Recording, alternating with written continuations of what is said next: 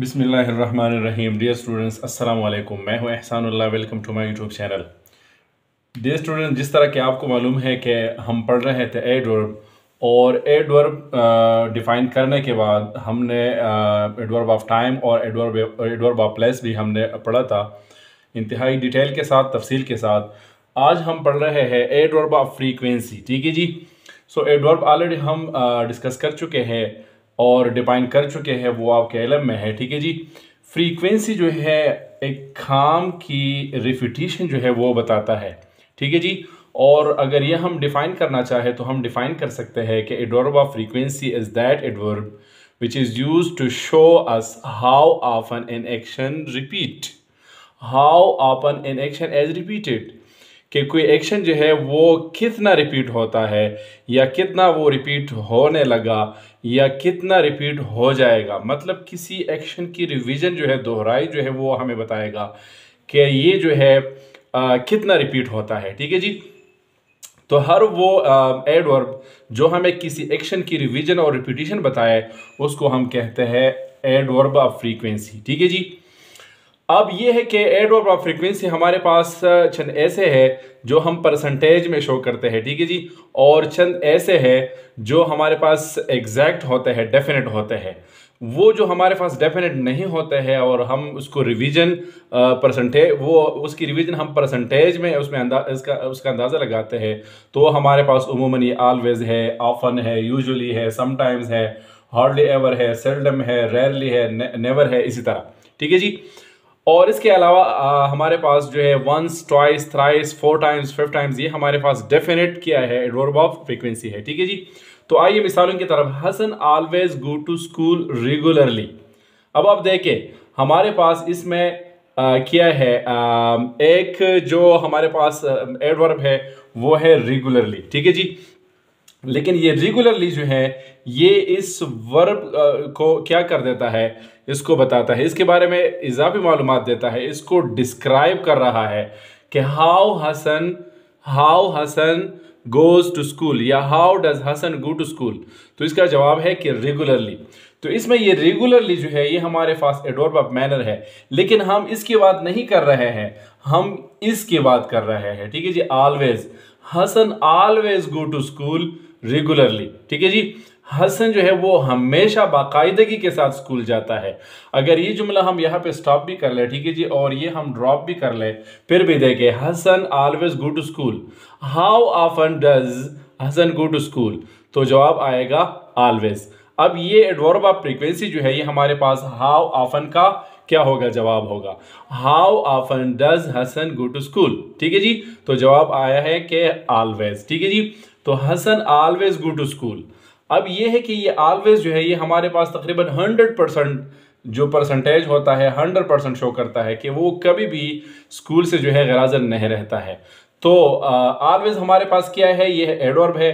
क्यों एडवर्ब है? इसलिए कि ये इस एक्शन के बारे में इजाफी मालूमात हमें दे रहा है। ठीक है जी। वर्ब के बारे में इजाफी मालूमात दे रहा है, गो और ऑलवेज गो। ठीक है जी।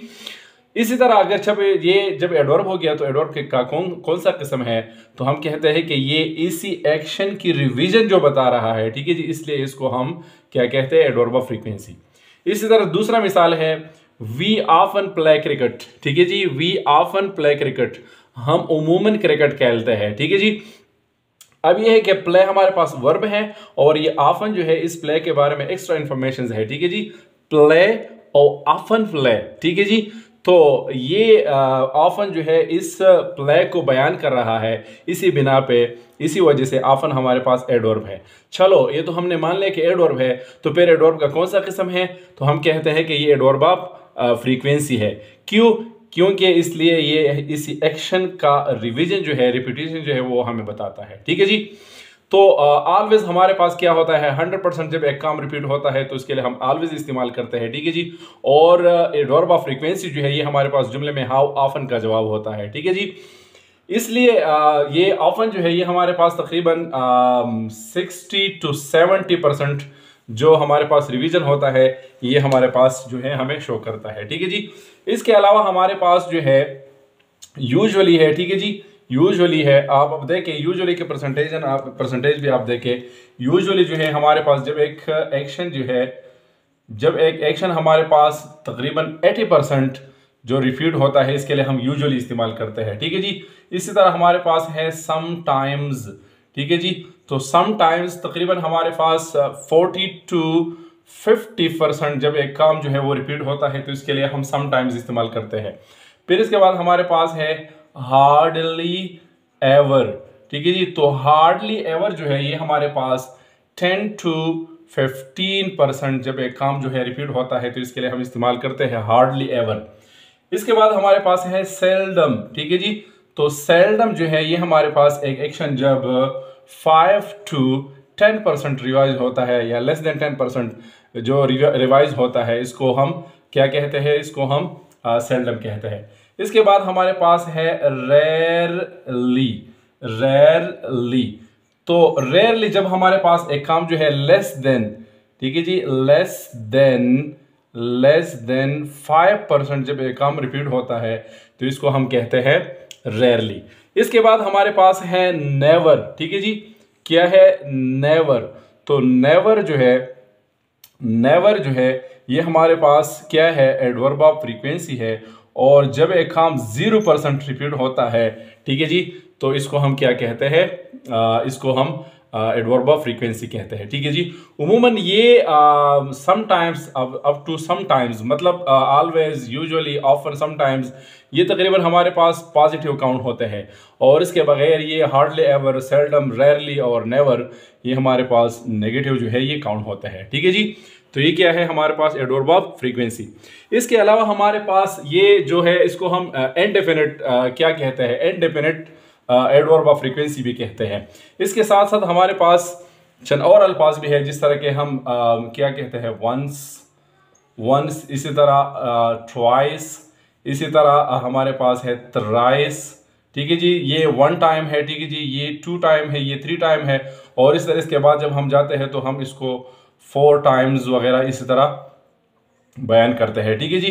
तो ये हमारे पास फिर क्या है? ये हमारे पास है डेफिनेट एडवर्ब ऑफ फ्रीक्वेंसी। ठीक है जी। I go to school once in a week, I go to school once in a day. ठीक है जी। तो वंस ये हमारे पास क्या बनते हैं? ये हमारे पास एडवर्ब ऑफ फ्रीक्वेंसी बनते हैं। ठीक है जी।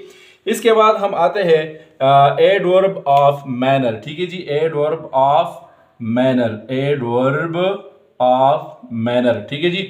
सो जिस तरह के ये लफ्ज़ से जाहिर है, ठीक है जी, मैनर तरीक़ों कहते हैं, अंदाजे को कहते हैं। ठीक है जी। तो हमारे पास एडवर्ब ऑफ मैनर वो एडवर्ब है जो हमें किसी एक्शन के होने का अंदाज जो है वो बताए। ठीक है जी। कि how an action happens, adverb of manner is that adverb which is used to show us how an action happens, how an action happened and how an action will happen। ठीक है जी। कि कोई काम जो है वो कैसे वाक़या होता है, कैसे वाक़या हो गया और कैसे फ्यूचर में वाक़या होगा, इसको हम कहते हैं एडवर्ब ऑफ मैनर। ठीक है जी। अब आप मिसाल देखें, Ali drives a car slowly. अब आप देखें स्लोली, इसमें ये स्लोली क्या है? एडवर्ब है। क्यों एडवर्ब है? इसलिए कि ये इस ड्राइव को बयान कर रहा है, इसके बारे में इजाफी मालूमात दे रहा है। ठीक है जी। Ali drives a car slowly, Ali आराम से आहिस्ता आहिस्ता गाड़ी या मोटर चलाता है। ठीक है जी। तो मोटर चलाना और आराम से चलाना, तो आराम से चलाना, आहिस्ता चलाना, ये चलाने के बारे में क्या है? इजाफी मालूमात है। तो इसी बिना पे ये स्लोली हमारे पास क्या है? एडवर्ब है। चलो, एडवर्ब तो साबित हो गया। अब कौन सा एडवर्ब है? तो हम कहते हैं कि ये एडवर्ब ऑफ मैनर है। क्यों? इसलिए कि हमें गाड़ी चलाने का, मोटर चलाने का जो अंदाज है वो हमें बताता है, तरीका जो है, मैनर जो है वो हमें बताता है कि मोटर जो है वो कैसे चलाया जा रहा है। और एडवर्ब ऑफ मैनर जो है ये हाउ का जवाब होता है कि how does Ali drive a car. तो जुमले में जो लफ्ज़ हाउ से किए गए सवाल का जवाब होगा वो हमारे पास एडवर्ब ऑफ मैनर होगा। How does Ali drive a car, तो जवाब आ गया स्लोली। ठीक है जी। दूसरा मिसाल, they finished the work carelessly. इसमें अब केयरलेसली जो है ये हमारे पास क्या है? ये एडवर्ब है। क्यों एडवर्ब है? इसलिए कि इस केयरलेसली ने हमें एक्शन ख़त्म होने का जो अंदाज था वो हमें क्लियर कर दिया कि कोई काम उन्होंने ख़त्म कर दिया, तो कैसे ख़त्म कर दिया। तो जवाब आ गया कि केयरलेसली, बेहतियाती के साथ, दे फिनिश्ड द वर्क, इन्होंने काम ख़त्म कर दिया। अब हमें कोई इल्म नहीं था कि कैसे उन्होंने काम ख़त्म कर दिया। ठीक है जी, तो आपने कहा कि केयरलेसली, तो अब इस केयरलेसली ने हमें इजाफी मालूमात दिए कि काम जो है वो कैसे ख़त्म हो गया। काम के ख़ात्मे के बारे में एक्स्ट्रा इंफॉर्मेशन जो है हमें केयरलेसली ने दिए। ठीक है जी, और हर वो लफ्ज़ जो वर्ब के बारे में इजाफी मालूमात दे या वर्ब को बयान करे वो हमारे पास एडवर्ब है। अगर किसी काम के ख़ात्मे का अंदाज कि वो कैसे ख़त्म हो गया, कैसे ख़त्म होता है और कैसे ख़त्म होगा मिसाल, तो वो लफ्ज़ हमारे पास क्या होगा, एडवर्ब ऑफ मैनर, क्योंकि ये हमें एक्शन के ख़ात्मे का अंदाज बता रहा है। और इसकी आप पड़ताल भी कर सकते हैं, जो हाउ का जवाब होगा वही हमारे पास एडवर्ब ऑफ मैनर होगा। इसके बारे में आप सवाल कर ले कि how did they finish the work, how did they finish the work, तो हाउ का जवाब अब हमारे पास क्या आ रहा है, केयरलेसली। तो ये केयरलेसली हमारे पास क्या हो गया, केयरलेसली हमारे पास हो गया एडवर्ब ऑफ मैनर। अब ये कि एडवर्ब ऑफ मैनर जो है ये कैसे बनता है, तो ये भी मैं क्लियर करने जा रहा हूं कि एडवर्ब ऑफ मैनर जो है ये उमूमन बनता है एडजेक्टिव से, ly के जरिए। मिसाल के तौर पर हमारे पास है कि दे ड्राइव, दे ड्राइव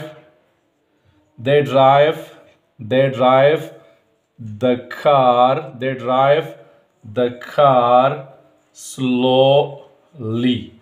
अब आप देखिए, they drive the car slowly.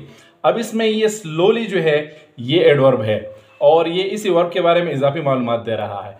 लेकिन इस स्लोली से स्लो जो है ये हमारे पास क्या है, ये हमारे पास एडजेक्टिव है, दे आर स्लो। तो अब स्लो जो है ये इस दे को बयान कर रहा है, तो स्लो हमारे पास एडजेक्टिव होगा क्योंकि ये जो है इस प्रोनाउन को बयान कर रहा है, और जो लफ्ज़ प्रोनाउन को बयान कर रहा है या नाउन को बयान कर रहा है वो हमारे पास एडजेक्टिव होता है। ठीक है जी, तो अब इस एडजेक्टिव के एंड में हमने ly लगा दिया, अब आप देख रहे हैं। ठीक है जी, तो इसी बिना पे इससे बन गया क्या, इससे बन गया एडवर्ब। तो कहने का मतलब ये है कि तकरीबन 90% एडवर्ब ऑफ मैनर जो है ये बनते हैं एडजेक्टिव से ly के जरिए। ठीक है जी, स्लोली। इसी तरह हमारे पास क्या है, हमारे पास है केयरलेस। अब ये केयरलेस हमारे पास क्या है, ये हमारे पास एडजेक्टिव है, इसके एंड में अगर हम y लगाए तो ये हो जाएगा केयरलेसली। तो ये केयरलेसली ये अब ये हमारे पास हो गया एडवर्ब ऑफ मैनर। ठीक है जी, इसी तरह क्विक।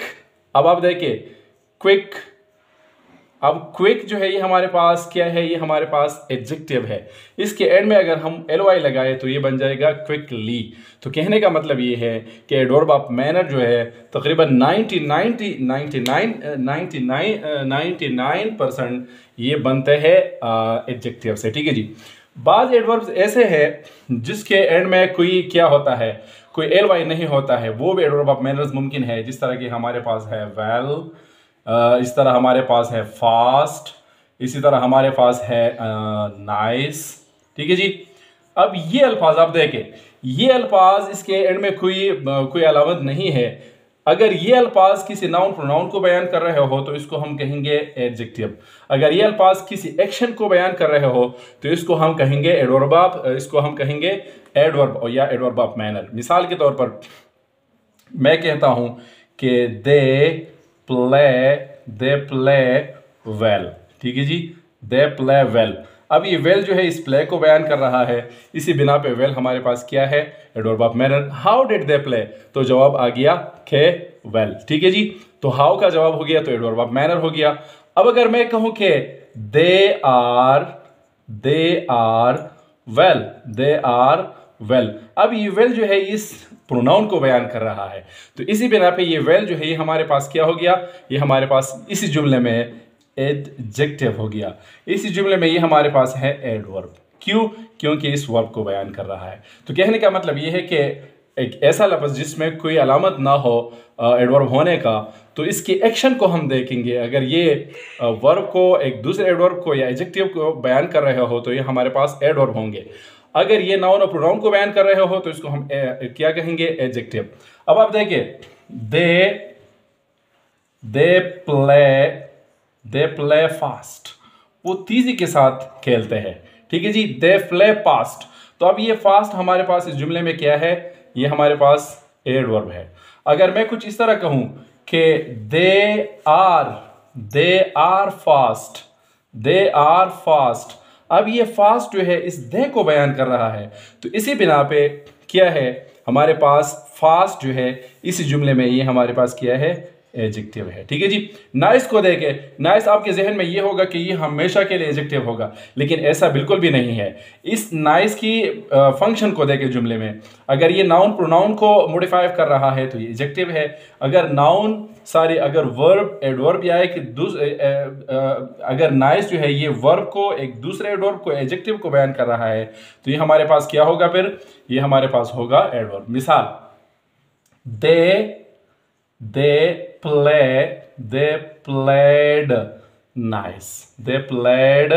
नाइस। अब आप देखिए गौर से, नाइस, अब ये नाइस का लफ्ज जो है इस वर्ब को क्या है, मॉडिफाई कर रहा है, ठीक है जी। तो इसी बिना पे नाइस जो है ये हमारे पास क्या है, ये हमारे पास है एडवर्ब, ठीक है जी। अगर ये जुमला मैं कुछ इस तरह लिखूं, अब आप गौर से देखें,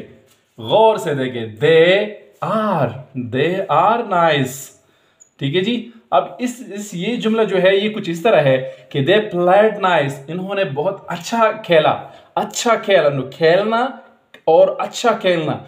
तो अब ये नाइस जो है ये वर्ब के बारे में इजाफी मालूमात दे रहा है, और दे आर नाइस, वो अच्छे हैं, ठीक है जी। तो अब ये नाइस जो है ये प्रोनाउन को बयान कर रहा है, ठीक है जी। तो इसी बिना पे ये हमारे पास क्या है, एडजेक्टिव। वो दे आर नाइस, वो अच्छे तो है लेकिन उन्होंने खेला अच्छा नहीं है। इस जुमले में उन्होंने अच्छा खेल पेश किया है, वो और नाइस जो है इस वर्ब को बयान कर रहा है, इसी बिना पे नाइस हमारे पास क्या है, एडवर्ब। और यहाँ पे दे आर नाइस, वो अच्छे है, उनका गेम अच्छा नहीं है, वो अच्छे खेले नहीं है, वो अच्छे खेलते नहीं है, लेकिन खेलना वर्ब है। यहाँ पे हम वर्ब की बात नहीं कर रहे हैं, उनकी बात कर रहे हैं, और वो है अच्छे।